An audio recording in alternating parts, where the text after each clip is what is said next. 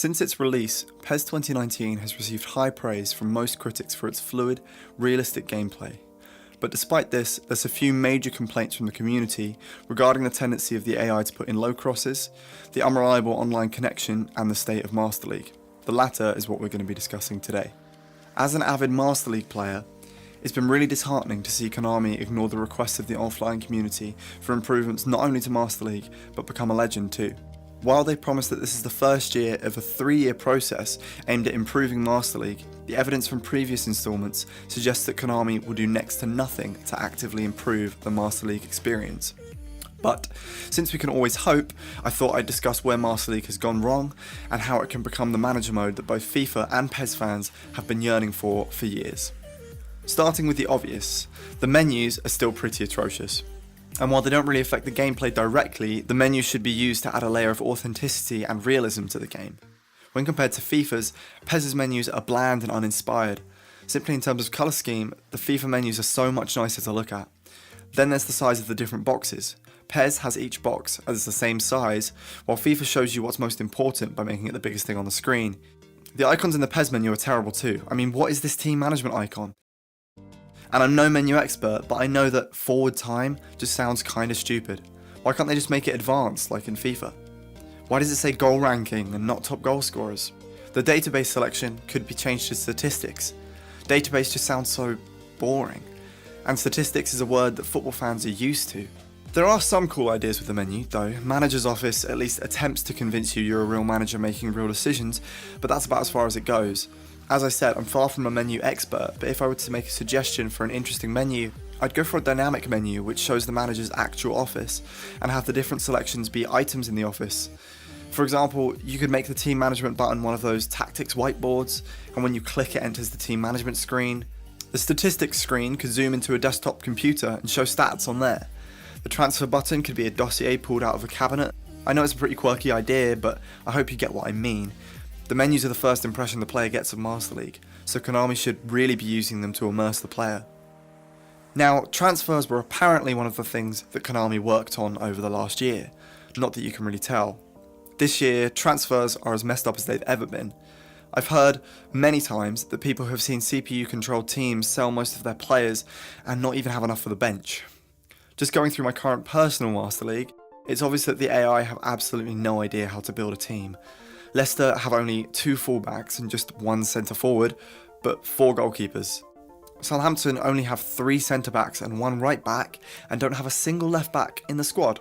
Chelsea don't have any backup fullbacks for either side, while Manchester City have sold half of their midfield, leaving them with only attacking midfielders. Most teams seem to have an unbalanced squad of about 21 or 22 players. This really doesn't represent real football. Teams like Chelsea and Manchester City don't just sell key players and not replace them. They don't go into the season with 3 central midfielders or 2 fullbacks in the entire squad. Tottenham have 2 centre-backs in their squad, one being a youth player rated 74. They also signed a 34-year-old Bosnian central midfielder and another defensive midfielder to add to their already extensive list. Oh, and they've got 4 keepers too.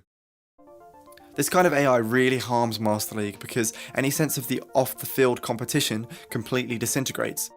The AI should have some understanding of how to build a team, replacing key players who leave or retire, gradually bringing youth through, whether through an academy system or transfers, and keeping squads balanced and not over or understacked in certain positions. Continuing with transfers, the game sets an upward limit on the transfer fee you can spend on a player. If I try to sell Lozano here, I can only go up to £22 million despite having a £38 million budget, which gives me a low chance of signing a player. If they want to impose these kinds of limitations on transfers, it should be justified in game, something like having the chairman say they're not happy with spending more than £22 million on the player for whatever reason. The release fee system is just plain stupid, with many players getting or asking for a release fee lower than what you paid for them.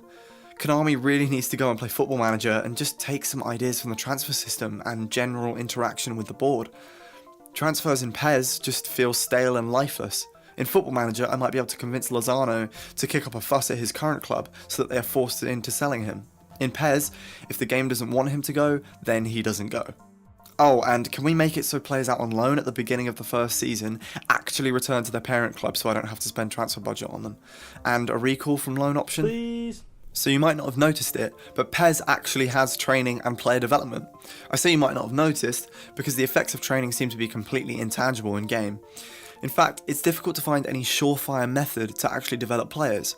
For example, I've played Joe Gomez in most games this season as one of my starting centre-backs. I've also given Alexander-Arnold a similar amount of playing time. While Gomez hasn't developed at all, Arnold has shot up a few points already. Now, I don't necessarily think there's anything wrong with the current player development system. I actually love the making a breakthrough thing that happens every once in a while where a player can go through a massive growth spurt. I just think the whole progression system needs to be more transparent. That is, it needs to be presented in a different way.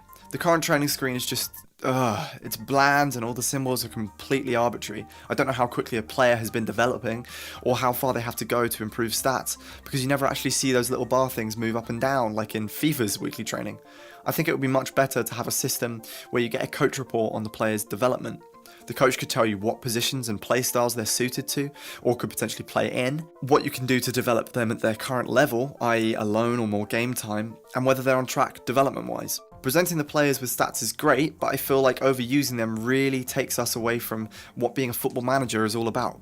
I feel like that could be solved a bit by having a mix of coaches' feedback and stats. While we're here, the youth system could really do with improving in PES too.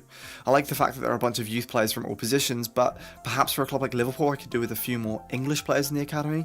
The diversity of countries here is a bit strange, and they'd be better off sticking with 90% homegrown players. Plus, regens are horrible. I don't want to see Buffon and Carrick turn up in my youth squad next year. It completely breaks the immersion. Please just randomly generate players. Ultimately, there are so many things which could improve PES's Master League. You could have owners with different philosophies who want you to buy a certain type of player or play a certain style, a la Football Manager. You could have more control over the backroom, including hiring and firing staff and upgrading facilities, and all of these could feed back into the transfer budget and the status of the club. But before all of this, Konami needs to make a manager mode with really strong fundamentals, just like with their on-field gameplay. If they just fix the ridiculous team-building AI, the strange transfers, and the general sense that it's basically a league mode with added transfers, Konami could start to reel in customers feeling left behind by EA's treatment of career mode, where the one big feature for 19 was the added Champions League license.